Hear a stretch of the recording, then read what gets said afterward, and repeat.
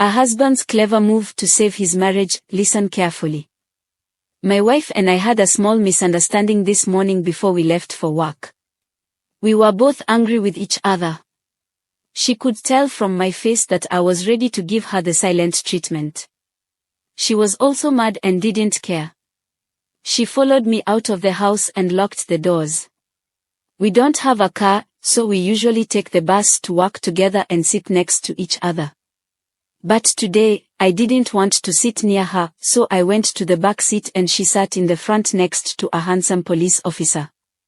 The man looked at my wife and admired her. He told her she was beautiful. My wife smiled and thanked him. He asked her where she was going and she said she was going to work.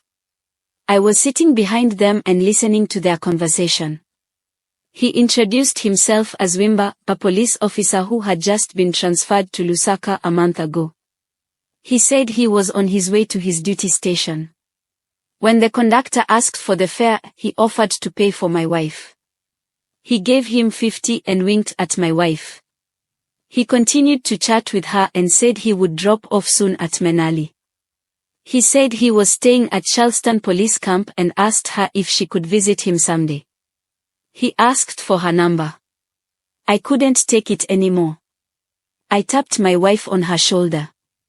She turned around and I asked her, "Did you remember to put a spoon in Kasuba's lunchbox? You always forget."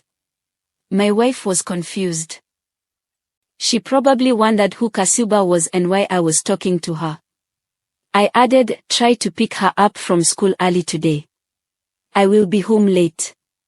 You can cook nshima for me for dinner, so I can eat something before bed." My wife was more confused. She looked at the policeman and then at me. She realized what I was trying to do. "Yes, honey," she nodded. The policeman said hello to me. He asked my wife, "Is that your husband?" My wife nodded. The policeman looked at me again and again. He smiled at me. I smiled back. When we got to Chinema, I got off the bus and dragged my wife with me. She couldn't stop laughing. She asked me, "Honey, who is Kasuba?"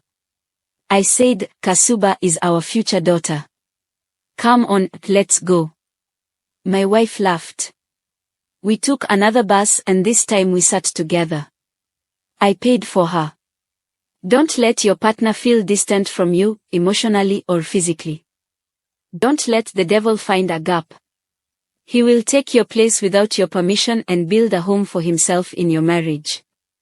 Don't let the devil have a place in your home. Cover all your bases.